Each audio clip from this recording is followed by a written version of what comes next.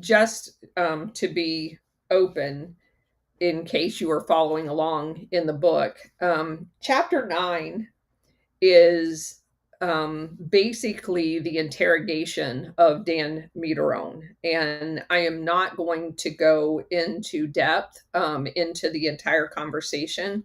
Basically, there was a young Tupamaro that is sent in to have conversations with Dan. No torture involved, just conversation. Basically, they begin by asking him about himself and b- basically what he had been doing. Um, they ask him about the school that they were sending some of the police to. He talks about the International Police Academy, and they ask him about what he did before that, like, where were you? He talks about being the police chief in Indiana, and basically kind of just going back and forth about. Then he gets into, what were you doing here, what were you doing in Brazil, is where they went next. And basically he explains that they were training the police in Brazil, and the guy knows obviously that they were torturing the people that Mederone was training, was torturing people. And he also knew that the way the police began behaving after Mederone showed up in Brazil was very different than what had been happening prior to that. And he also says to him that the Brazilian police had preceded the Uruguayan police in the use of electrical torture, and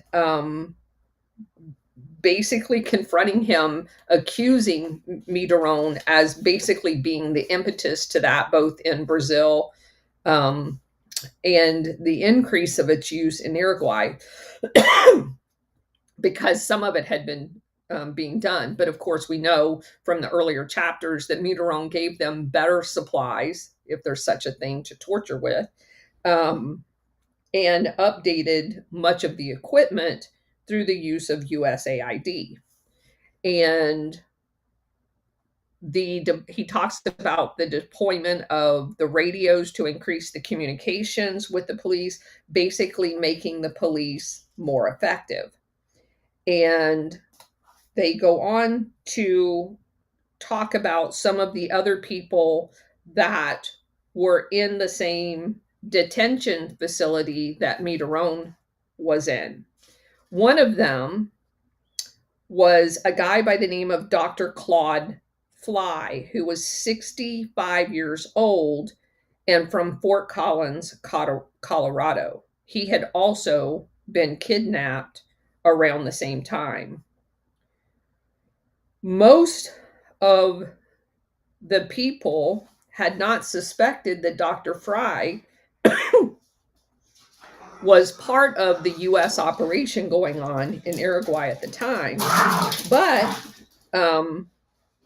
there began being suspicions because he ran a laboratory in Uruguay, and there were a lot of nefarious things going on in that laboratory, and so they thought that capturing him would basically up their chances of getting some of their compatriots free. So um, the captor that is in there questioning him actually apologizes for him, for wounding Dan Mederone, and basically said that the Tupamaros guy that had shot him was being held accountable because that's not how they did operations. So, which is kind of weird on why you would explain that. But anyway, lots of conversations, and then they start talking to him about some of the training that Dan Mederone had gotten as well. And they get around eventually to asking him whether or not he's affiliated with the CIA. And he says that he was not. And then they ask him about the FBI.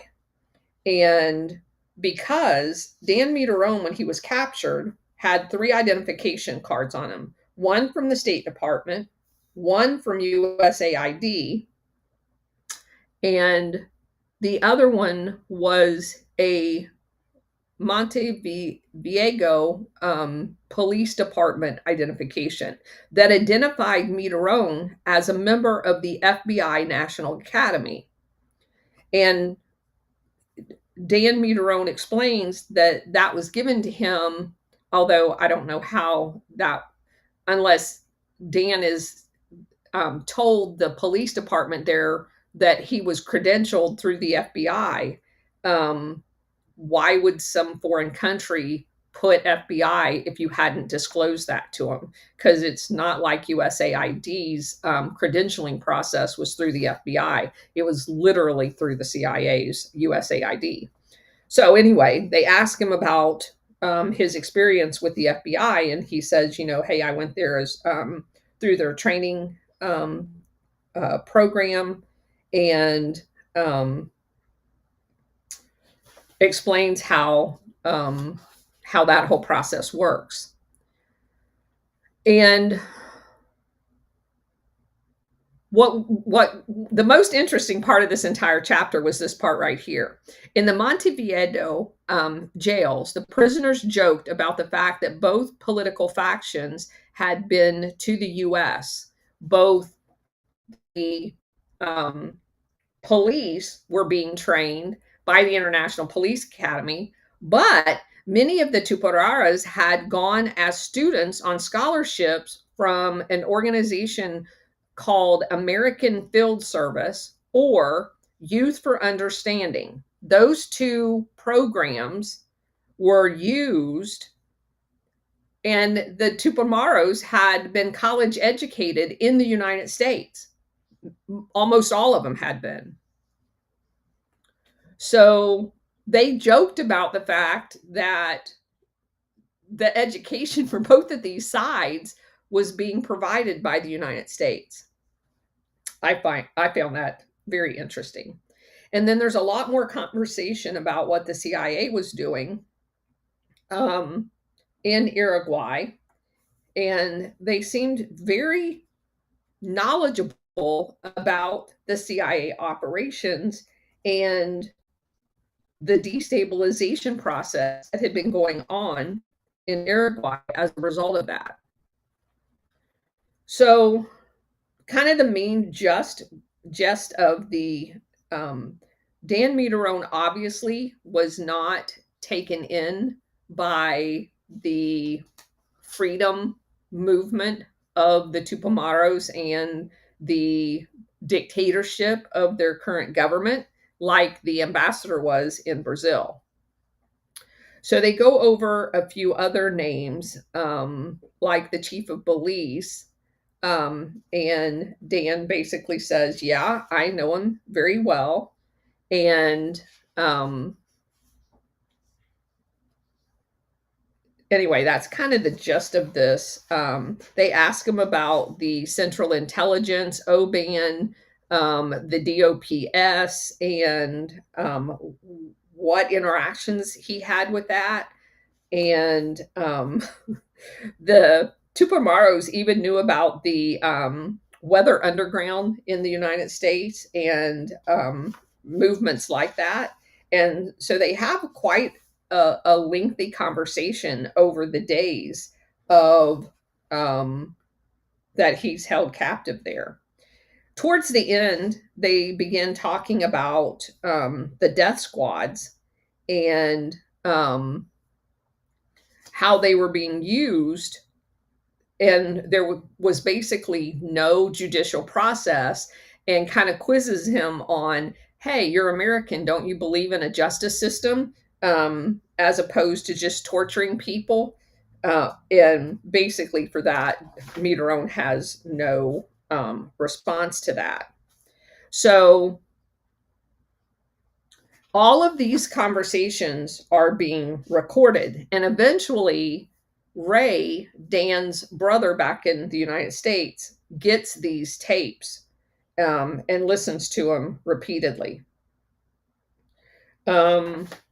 So one of the last conversations says, there are some people who love very much the things they have, and they have very much, and they have too many things, though. Then it's very difficult to take them out. And Dan Mederone says this is true. That's one of the problems in Latin America. The guy responds, there are a few people who are holding so many interests, like the Bank of America, the First National City Bank, and the Manhattan Chase Bank. They are very strong. And basically, all of them had presence in Uruguay, and according to the Tupamaros, were using those instruments of economic power to prop up the dictatorship and not act on behalf of the people, which of course we know to be true. So the Tupamaro repeated, they are very strong. And Dan Mederone says, this is something that's been going on for hundreds of years. The Tupamaro guy says, yes, but we have to finish it. Dan Mederone says, what I mean is something that's been old. It isn't something that just started. And the Tupamaro says, hold on just a second. And when he came back, he said, well, I have to do some other work now. So we'll keep talking later. Mederone said, that's fine. Those were the last words his family ever heard that was recorded on the tapes. At 4:30 a.m. the next morning, Dan Mederone's body was on the back seat of a stolen 1948 Buick convertible. He had been bound and gagged and shot twice in the head. At 9 a.m., President Pacheco decreed a period of mourning. At 11 a.m., the Uruguayan General Assembly ended a discussion of individual rights and reconvened 90 minutes later to extend Pacheco's executive powers. Later that day, 76 of the 106 members of the General Assembly voted to waive temporarily the rights guaranteed under Article 31 of the Uruguayan Constitution, declaring a state of emergency. The Assembly suspended for 20 days the rights of property, assembly, personal liberty, and freedom of expression. Not that they had any of that anyway. The killing of Mederone had allowed Pacheco and the security forces to assume dictatorial powers over Uruguay formally. The government now had 14,000 troops and policemen in the streets, searching for Dr. Fly and D.S. Gomide, who was another prisoner. The extinction of Uruguay's democracy had been threatening for 2 years. One man who understood that his country would never be the same was Alejandro Otero. He was no longer the leading specialist in in combating the Tupamaros, having been replaced months before when the CIA and U.S. police advisors had turned to harsher measures and sterner men. Author Amor, a Brazilian journalist who had come to Montevideo to report on Dios Gomide's kidnapping because he was from Brazil, learned from informants that the Uruguayan police and how they were handling the Tupamaros. He had learned that Dan Mederone had bestowed technical equipment on the security police, and the U.S. had introduced a system of nationwide identification cards.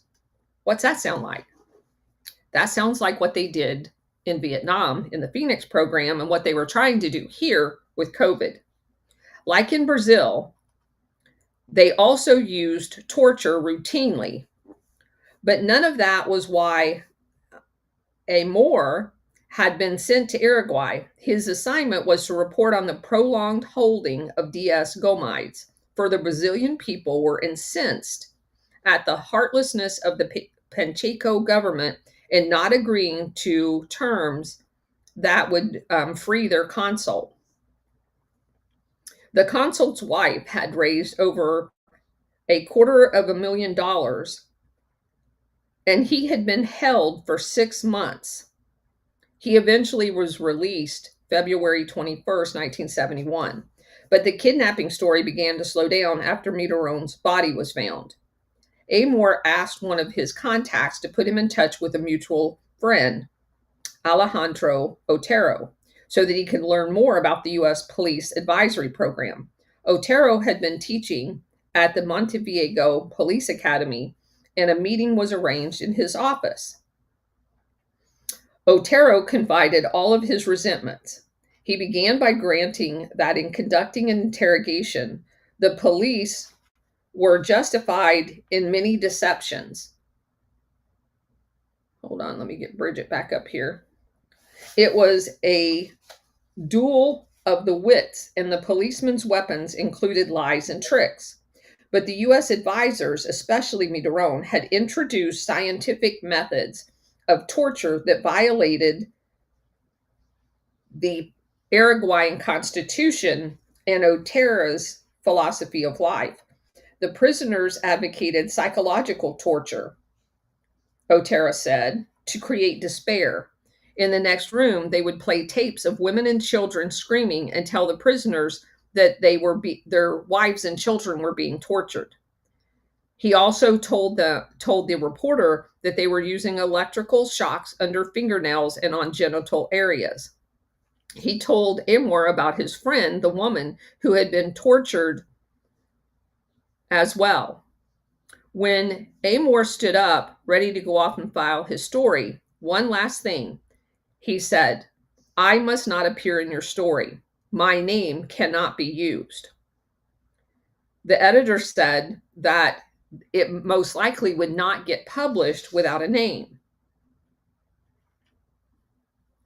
Otero said, "If my name appears, I not only will lose my job, I likely will become a prisoner." How Otero thought his name might be used without compromising him is hard to understand. The Brazilian newspaper played the story conservatively on an inside page, but such damning accusations could not be buried. The day after Amor's story appeared in Rio, 2 Uruguayan intelligence officers and an agent from Interpol came to his hotel with written authority to question him. Amor was not in his room, come to question the reporter. When he learned about the visit, he spoke to the Brazilian ambassador, who promised him diplomatic protection but advised him to go willingly to the police. Amor and a colleague presented themselves at the prison. They were locked in a small cell with no seats. They remained there for 4 hours. The other reporter, Alberto, was led away for questioning. Then Amor was called in. "Why am I here?" he asked. The chief of the 3-man unit said, "We are conducting an investigation to determine whether Otero was the source of what you reported." And they alleged that the assistant had said that he was. Amor knew immediately that they were lying because he hadn't told his assistant anything that he had written or filed. They put a piece of paper in front of Amor and told him to sign it unread. He refused. "I want to read it. I might sign it if I read it." The chief tore up the statement. Amor, small but bear-like, had his country's embassy behind him, as well as one of the continent's major newspaper. Still, he began to worry. It appeared Otero was denying having talked to him, only that he had criticized Mitterrand. "Where and when did you speak to Otero?" Amor answered that although he had talked with him, he could not say where or when. The chief asked Amor about his political philosophy and how he regarded the Tupamaros. Amor responded in single words. The chief grew angry and warned that he would suffer repercussions if he didn't start talking. At 4 p.m., Amor was released, and at 7 p.m., the Brazilian ambassador informed him that Uruguay had declared him persona non grata, and he suggested that he stay the night at the embassy and fly out first thing in the morning. Being home didn't end his difficulties. His editor, Alberto Diaz, called him to say that the U.S. Embassy was bringing immense pressure to fire him for telling the truth. The U.S. Embassy was threatening the reporter and the newspaper for telling the truth. The editor said, "Do you promise me that you wrote the truth?" He said, "It is absolutely the truth." The journal resisted the embassy's demands, and Amor kept his job. In Washington, Byron Engel may have reasonably expected, to see Dan Mitterrand transferred into a martyr. The case met all of the classic requirements. There was a victim. Engel's men got possession of the corpse. Other policemen paraded Mitterrand's coffin through the streets of Indiana. There was a public burial. Commemorative services were scheduled. Even the New York Times had joined the cause and wrote a editorial saying that Mitterrand's killing was absurd and accusing the Tupamaros of using the techniques of Hitler.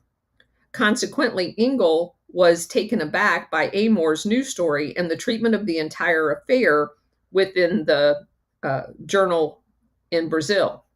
Engel offered a tale of conspiracy to explain the situation. The 3 Brazilian reporters in Montevideo all denied filing that story. This is quoting Engels. "We found out later that it was slipped into the newspaper by someone else in the newsroom," which was a bold-faced lie. In Uruguay, the war with the Tupamaros intensified after Mitterrand's murder. The rebels blew up a bowling alley patronized by the U.S. community. On one nightclub wall, they scrolled, "Everyone dances or no one dances."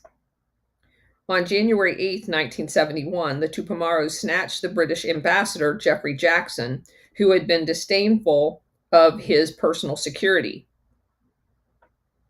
He paid for the lack of security with 8 months in an underground cell. At the U.S. Embassy, the political staff watched with fascination when an agent from the British Secret Service arrived to set about working to get Jackson free. Then early in September of 71, more than 100 Tupamaros made use of an 50-yard tunnel, broke out of the prison, and escaped through a neighboring house. At first, journalists treated the incident as one more example of incompetence by the Uruguayan police. When the Tupamaros released Jackson, however, it began to look like that was actually condoned in order to get Jackson released. So the cops were in on springing them so that they could save face, and not having officially released those prisoners as a quote-unquote trade.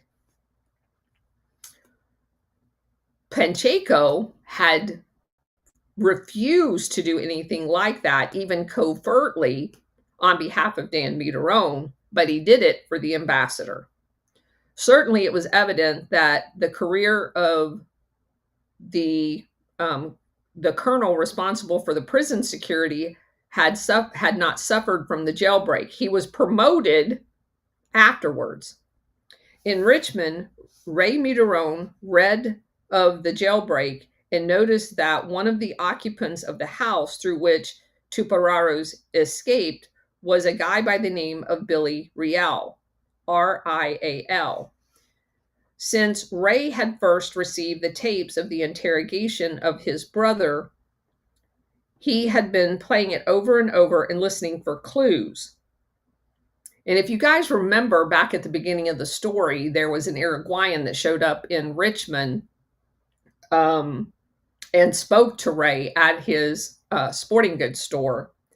And Ray was convinced that that's the same voice of Billy Rial.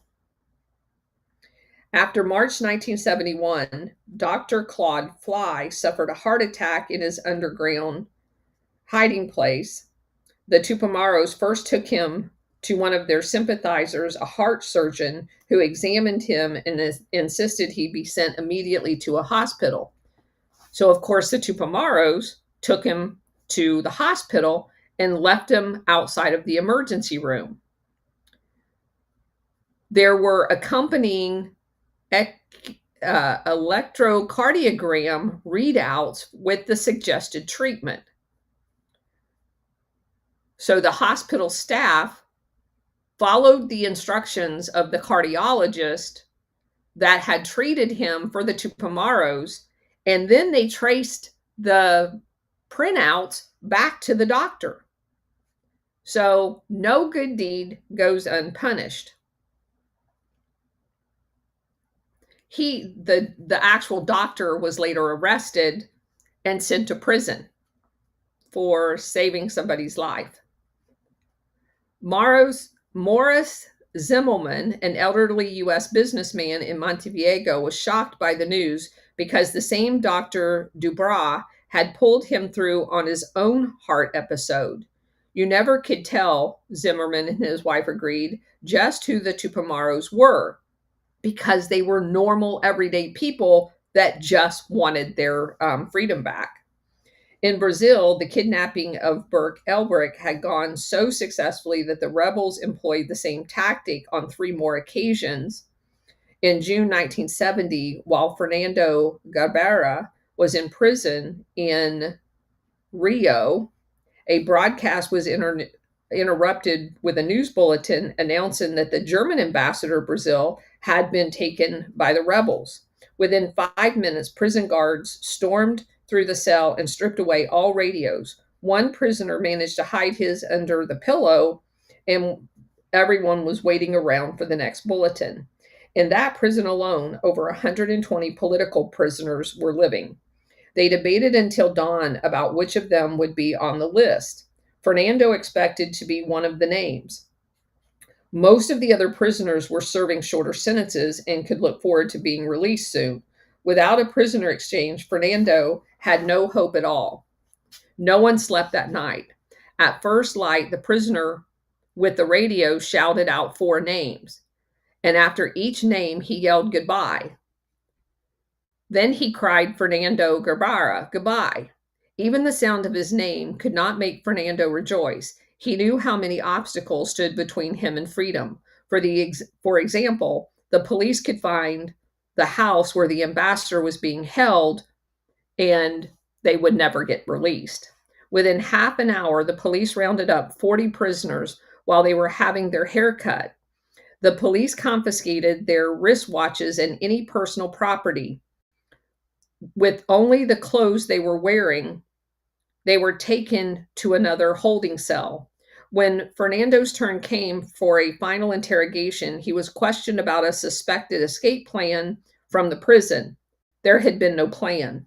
However, when the guards decided to give him a few last electrical shocks, Fernando made up a story. It was nearly over. The police blindfolded the prisoners and placed them in a circle around the courtyard.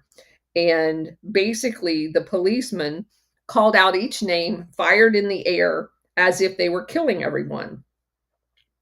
The person whose name that they called out would also say something so that they knew it was a mock execution.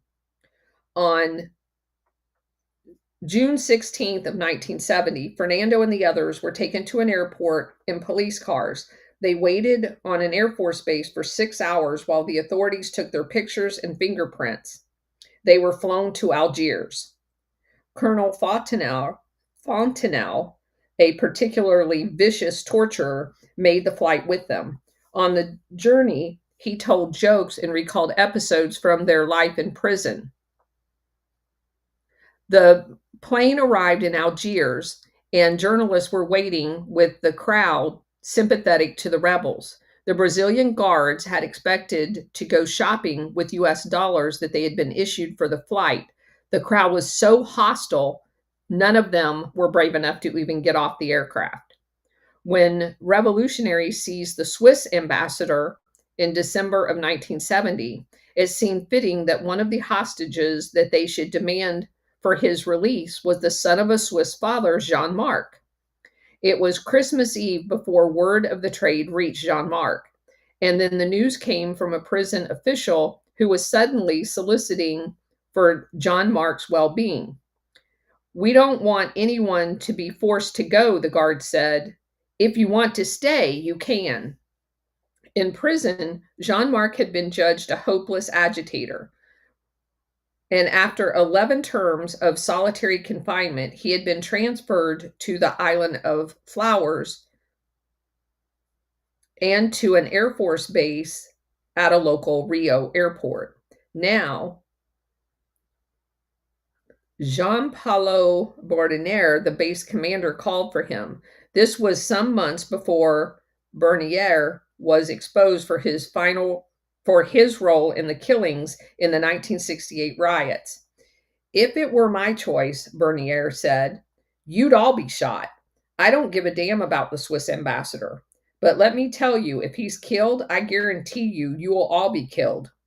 But then it was more menacing threat. By then, it was a more menacing threat because they knew that that would happen. Negotiations limped forward into the new year. The Brazilian government was haggling over some of the 70 names on the list, and the Swiss were not pressing as hard for their ambassador as the Germans did. Throughout the days of waiting, Jean Marc was visited regularly by the military men trying to persuade him to refuse to go. They played on his patriotism. An Air Force major named Silva, one of the worst torturers in the prison, now came to say that, after all, he and Jean Marc were nationalists first, so he shouldn't go. Finally, on the eve of the exchange, a colonel arrived claiming to represent President Medici, who had replaced Silva. I can't convince you that the government is good, the colonel said, but if you refuse to leave, you'll be released in a year and back in school and free to resume your protest. Jean Marc said the students would see it as a vote of confidence in the government. The colonel said, you can write a short letter giving your reasons, which we'll release later. No matter what I said, it would appear that I trust you, and I don't. All negotiations are ended, the colonel said. On his departure, an Air Force torturer came into Jean-Luc's cell and made several threats. Jean Marc then composed a statement as the military had requested. On his statement, he wrote, freedom is the most important thing for a person or a society. I am leaving Brazil for my freedom, but I will continue to fight for the freedom of my nation. Amnesty International, an organization formed in London to protest the torture of political prisoners, launched a campaign to free Marcos Arruda from prison. This was accomplished in February of 1971 when he was abruptly released pending his trial. On his attorney's advice, Marcos left the country. He was tried in absentia and found innocent of subversion. Later that year, sponsored by Catholics in the United States, Marcos applied to the Vatican for an audience with the Pope. Marcos regarded himself the spokesman for the thousands of other Brazilian victims who had not been as fortunate as he. Pope Paul sent Marcos a note assuring him that through his suffering he was becoming more like Christ. Bear your sufferings gladly, the Pope added. Easy for someone else to say. In Brasilia, President Medici contacted a distant relative of Marcos to whom he complained that Marcos was damaging the image of Brazil. Tell that young man that the president said that if he ever tries to come back here, he will not leave the airport alive. Throughout the early 70s, liberals in Uruguay's Senate had tried to form a united front. When the attempt failed, the dictatorship became ever more oppressive, and they were forced to flee, usually going to Buenos Aires. These leaders were then murdered because of Operation Condor and the cross communication that was facilitated by the CIA's communication. So everybody that left Brazil for another southern cone country was murdered in that other country. Before the Tupamaros were exterminated and Uruguay's democracy snuffed out, Nelson Bardesio was kidnapped by the rebels and compelled to tell his story. He disappeared on February 24th, 1972. In a series of interviews held underground, he confessed to police bombings and described the link between the police and the military in Uruguay and Argentina. Before it was finally suppressed and then printed in a transcript later, the Tupamaros had deleted names of Bardesio's colleagues, intending to conduct their own investigation and meter out their own justice. Then, when the substitutions of X for the names of police and military officers, Bardesio's confession confirmed that Uruguayan death squads had been bombing and scraping houses of lawyers and journalists suspected of being sympathetic to the Tupamaros. He also cleared up the mystery surrounding the disappearance of Hector Casaneto, a student whose two brothers were Tupamaros. In the statement, it said, I arrived at the house just in time. I saw them put Castaneto, who was blindfolded, in X's auto that had a broken windshield and belonged to the Ministry of Interior. Castaneto and the two functionaries from the department sat in the back, and X drove with Jose, an official from the Interior Ministry, beside him. X got into my auto. The three autos then went to the harbor, to the entrance beside the Central Railway Station. I believe that entrance is for the rowing club. X auto turned in and we turned back. I took X to the department and went to the house of a friendly couple on another street, where I then lived. 1 hour later, around 2 a.m., X phoned me to tell me that the house on another street was to be cleaned out because it would be searched by police because the neighbors' complaint. And also, I might keep some parcels that they didn't have any place to keep. X came to me with his auto, and we went to the corner where we met a small lorry normally used by the two functionaries trained in Brazil. In the lorry, there were two people I didn't know and who were part of Jose's team. X told me to keep completely secret about them. They took me in the lorry to my studio, where I put the two parcels and box taken from the house. I later opened them and found machine guns. Without brands, with no numbers, they were completely clean, and there were also explosives in there. They were enclosed with sheets of paper that was written on them. I understand that Castaneto was interrogated and tortured in the house and later murdered and thrown into the river. This final part of the operation was carried out by two functionaries that went with him to the harbor. Later, Barcerio disappeared entirely. He was first reported in Canada, but when questions were raised about the propriety of giving him sanction, he was sent elsewhere, apparently to Panama. The Tupamaros were even more interested in the whereabouts of Hector Omodio Perez. Omodio was ranked high in the rebel movement, but when his prominence as a leader was challenged, he had seemed to act from spite, providing the police the location of several Tupamaro hideouts. Raul Sindic had escaped once from the Montevideo prison. Now he was captured again and shot through both cheeks. He lived, but his jaw was completely destroyed. In the spring of 1972, a young Uruguayan returned from studying in Buenos Aires and found life in Montevideo hellish. Families were reduced to whispering to each other. The student himself knew two Tupamaros, reason enough for being arrested and confined in a jail. There, like prisoners in Brazil, he was appalled to find young doctors his own age, cooperating in the torture. They asked him whether he was asthmatic to know whether or not to use electricity on him or use the near drowning water treatment. They measured his blood pressure to see whether or not he could bear more pain. They gave him stimulants to permit the torture to go longer. It was as though the police and the soldiers and the doctors were crazy. I tortured you, one army officer shouted at him. Someday you will kill me, but I don't care. The doctors miscalculated, and the student had to be sent to the hospital to recuperate. The sheets on them on the hospital was stamped US Navy. His robe was the nicest robe he'd ever worn, and on the label, it said US medical doctor. Back in prison, the young man was roused one day by some noise, and the guards were rushing by, excited and jubilant.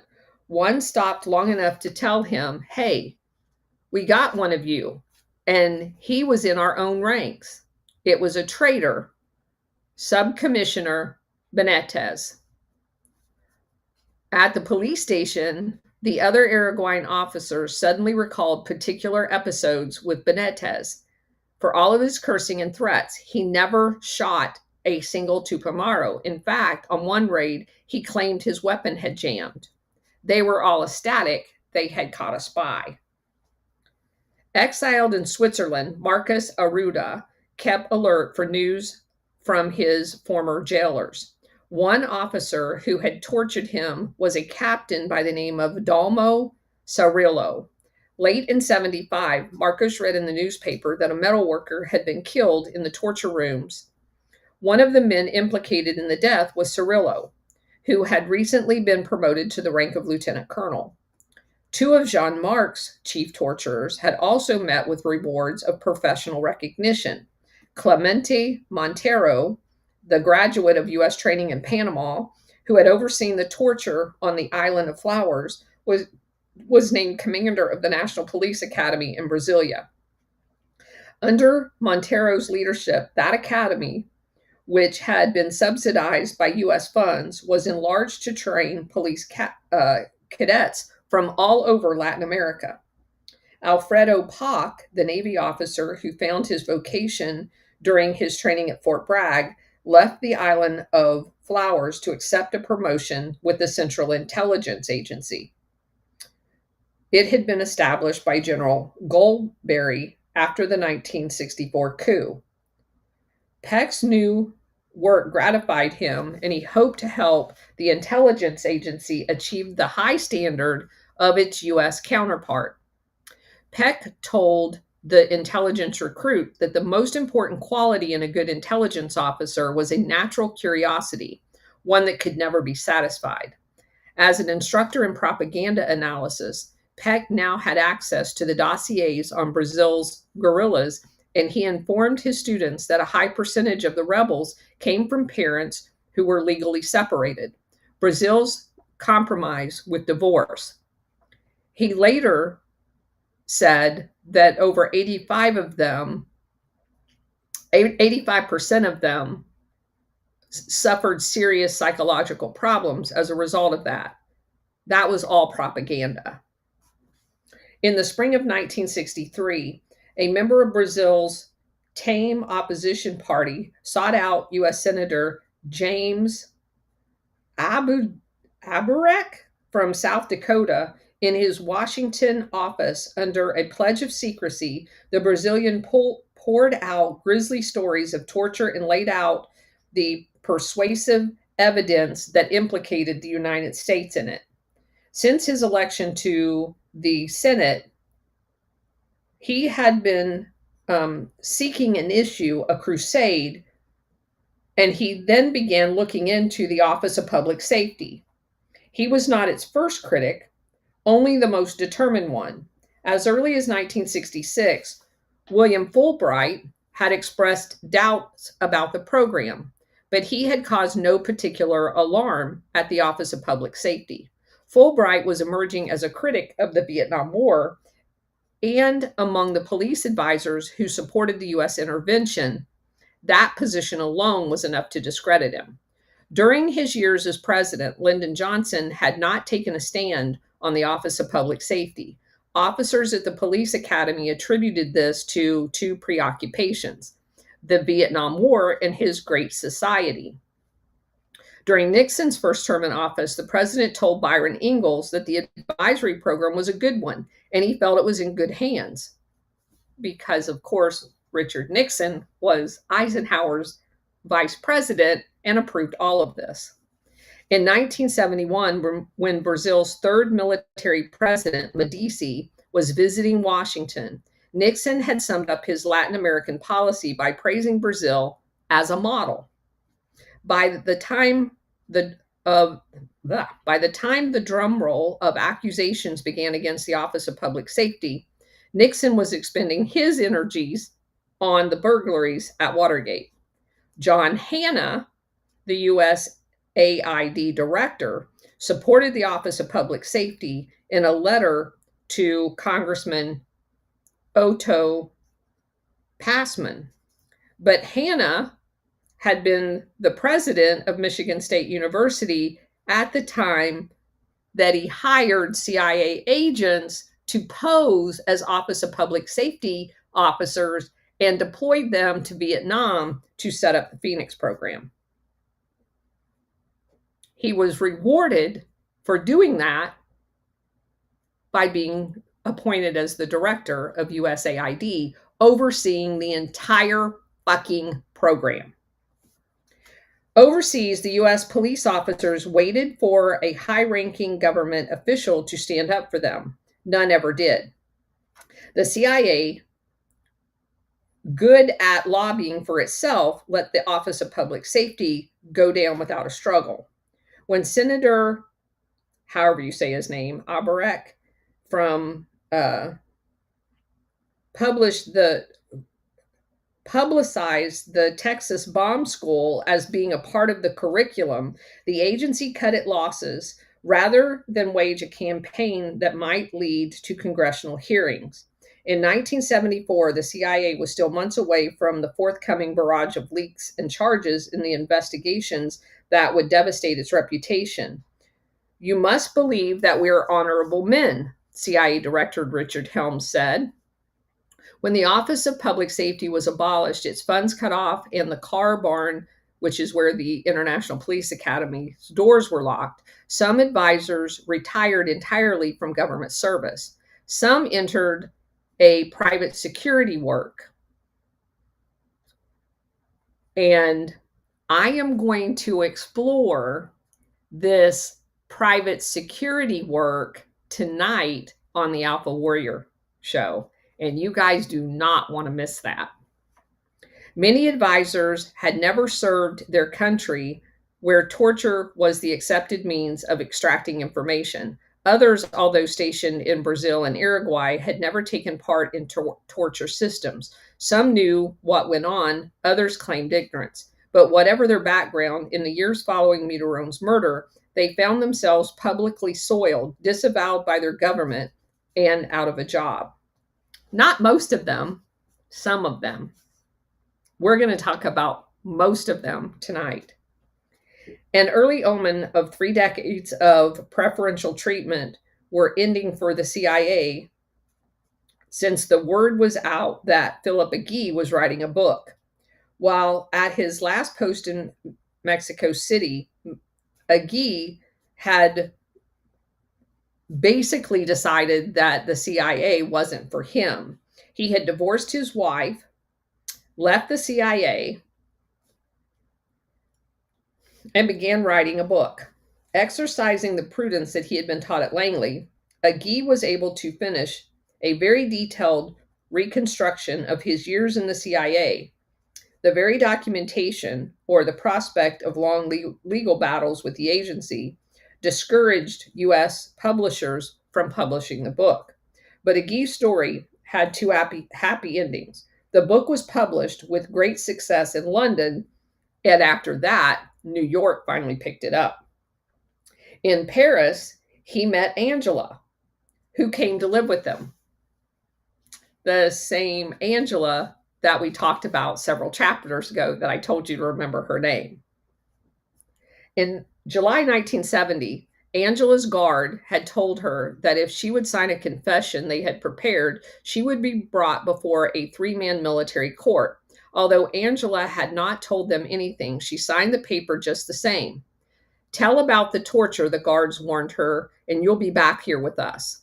The judge she faced was sympathetic. One of Angela's school friends was close to his son.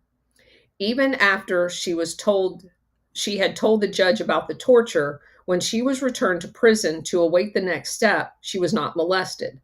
The trial itself came a full year later. Angela was found guilty of violating one article of an institutional act and was sentenced to 2 years and 1 month. Both prosecution and defense filed appeals, but the time the military Supreme Court set her trial at 12 months, she had already been there for 30 months.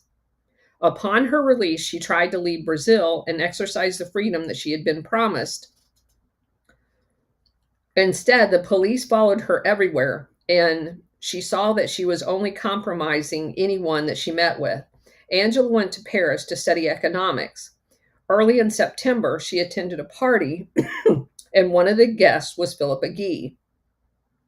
When Agee's book was finally published, his dedication read, "To Angela and her comrades in Latin America struggling for social justice, national dignity, and peace." Burke Elbrecht, in retirement, attended the funeral of Cleo Noel Jr., an ambassador killed in the Sudan with his counselor and another diplomat. After Richard Nixon had made a statement that the U.S. would not succumb to blackmail, the terrorists had shot the three-man to death with machine guns. Watching Noel's coffin being carried out of Washington National Presbyterian Church, Elbrecht thought, "There, but the grace of God, go I." Upon the election of Richard Nixon as president, Lincoln Gordon left his post at the State Department and served for a time as the president of Johns Hopkins University. So these bastards are the reason why our education system is so messed up. He would talk to the students about his role in Brazil. Gordon countered criticism of his role there by pointing to the economic boom that occurred in Brazil afterwards. The students rebutted this argument with statistics proving that the prosperity had came at the expense of the nation. During the first 10 years of dictatorship, real wages of Brazilians declined by 55%. Gordon would then argue that since the military held power, it was too early to assess its rule. The wealth went to American oligarchs, not to Brazilians. And his only last argument with any of them, well, but it's at least not a communist country. I don't know how more communist you can get when you have a government that controls everything. Throughout the 70s, tales of torture coming out of Brazil's prison had not changed greatly, and the relevance of Lincoln Gordon's last offense was considered diminished during the first 2 months of President Jimmy Carter's administration, when the police arrested 28,000 persons on suspicion of being a rebel. Occasionally, a commander whose excesses were too flagrant would be asked to retire. That happened in the aftermath of a death in prison of a journalist, Vladimir Herzog. The outcome was different, however, for the commander responsible for the troops who tortured a U.S. clergyman by the name of Fred Morris. 18 months after Morris was released, the commander was promoted to Brazil's highest military post, despite publicity that he was a torturer. In Uruguay, a politician by the name of Juan Maria Bordaberry had replaced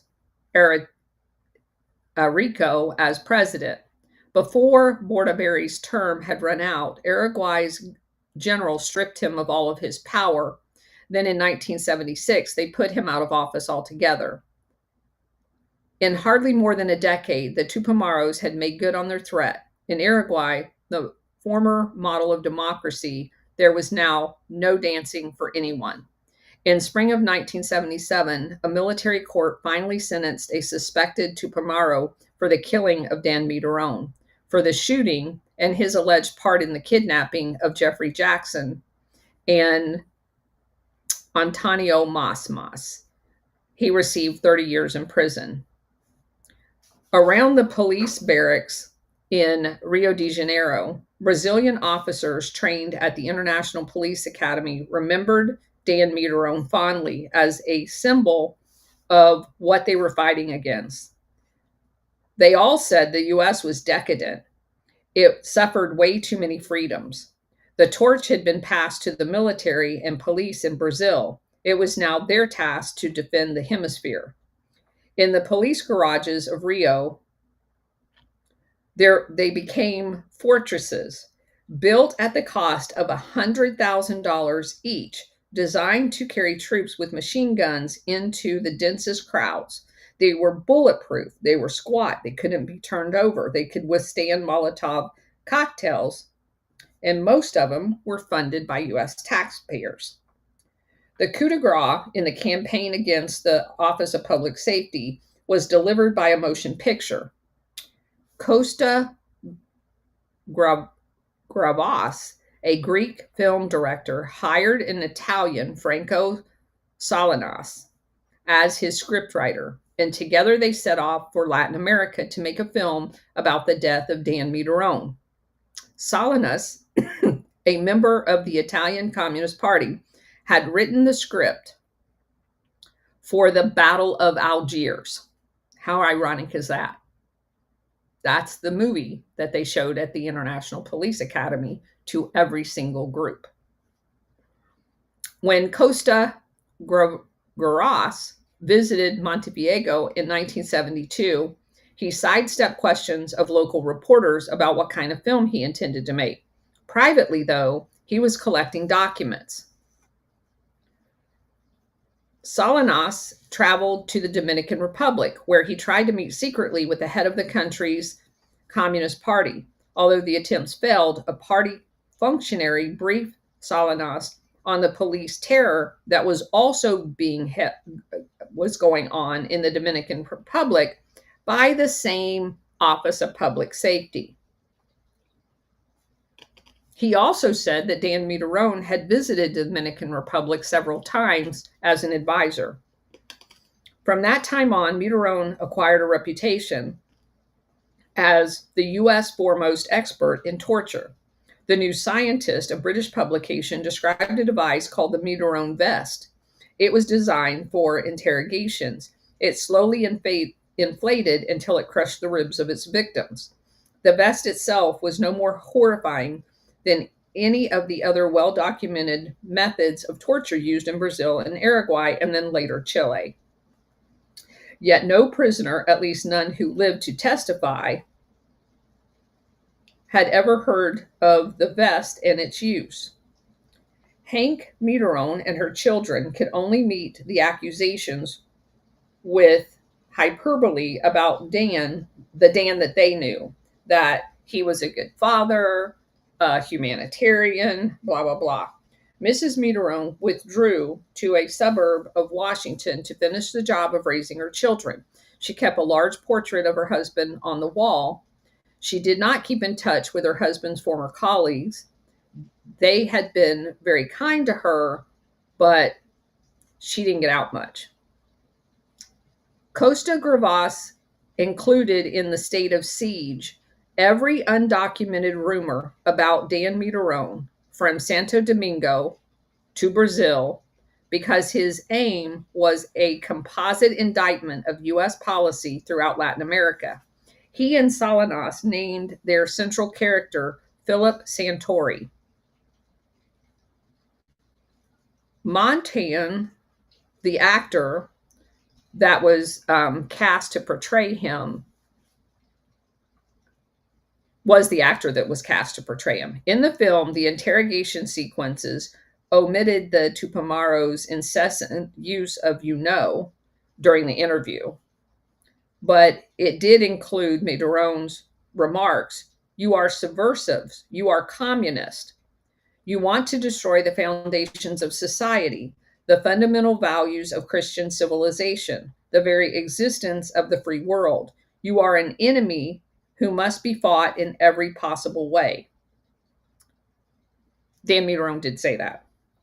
With speeches of that sort, the film explained Santori's motivation, and in public statements, the film producer made the same analysis to Mederone, who was as sincere as the judges of the Catholic Church during the Inquisition. He is convinced that one must cut down everything that is liberal or communistic and by any means possible. He thinks the ordinary liberalism can plunge society into chaos, but at the same time, they create the very chaos that they're saying they're trying to prevent. But very few police advisors, least of all Mederone,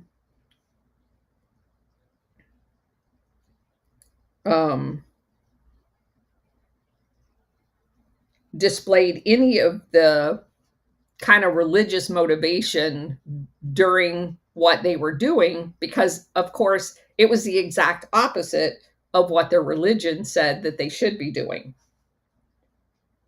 Their mission in Latin America was not only secret, but very vague. Dan Mederone went there, he was told, to stop communism. And then it goes on to talk about how Philip Agee, basically being exposed to the very same things that a Dan Mederone had been exposed to, couldn't do it. He had to quit because he couldn't condone the torture and the underhandedness that the CIA was using. In Uruguay, young men and women considered themselves idealists. The US government had developed harsh methods both in South Vietnam and Latin America. Dan Mederone made use of them. In the 12 years of the Office of Public Safety, a total of 7 police advisors were killed, 6 of them in Vietnam. Around the International Police Academy at Fort Bragg and in Panama, the professionals agreed that Latin America would be the next Vietnam if they didn't act that way. And that's basically the end of the book. If you look up Dan Mederone's funeral and realize and we've talked about it before, the amount of dignitaries that showed up for that in the United States, it's mind-blowing. For someone that supposedly had some secret job to be a police advisor in a foreign country, that it illustrates just how important those jobs were to the international syndicate and the US government that was participating in them. So anyway, that's it. That's the end of the book. That's how it ends. And if you guys don't know Philip Agee, he's the guy that started the Covert magazine. Very interesting guy. I've read his book. It's jaw-dropping, as I find all of these books. He was the guy that was kicked out of every single country. He was kicked out of England after they published his book. He was kicked out of Germany. He was kicked out of Italy. The only place that he could go live was Cuba. That's it. That's telling, isn't it? Yeah. SR-71. Colonel, this is something else. Thank you all for attending first here in the chat and on X and also on Rumble. But I ran into something that just floored me concerning who's that Sir Jeffrey Jackson and his kidnapping. Well, let's share it. Salvador Allende, of all people, the Chilean president, Salvador Allende, was the one who brokered the ransom for him to get him free. And then they turn around and kill him. And then they turn around and kill him. Yes. I just, oh my Lord. But anyway, I'm sitting here thinking about this for a minute. Oh, yeah, you got what you wanted out of me. Now I don't need you no more. It's crazy. Absolutely crazy. Yeah, I think I read in one of the articles that he was very cocky and arrogant when they had him prisoner, until he heard that Nixon just pretty much said, "Nah, we're not interested in brokering a deal." And then apparently he became more emotional, which was the first sign of emotion. That was what, in every single article, and every person that has ever described him has always been that he was literally a non-emotional, cold-hearted killer. And even tortured, what do they call them? Vagrants, homeless people, children, orphans in his basement, in his seminars, and occasionally killed them with no more emotion than we would make toast. And it's interesting that that's not in this book anywhere. I find that very interesting, because there's article after article that when he was teaching the techniques of where to torture without leaving marks, that they collected homeless, vagrant, mentally handicapped people and brought them in to experiment on. There's lots of articles about that out on the internet. And so, yeah.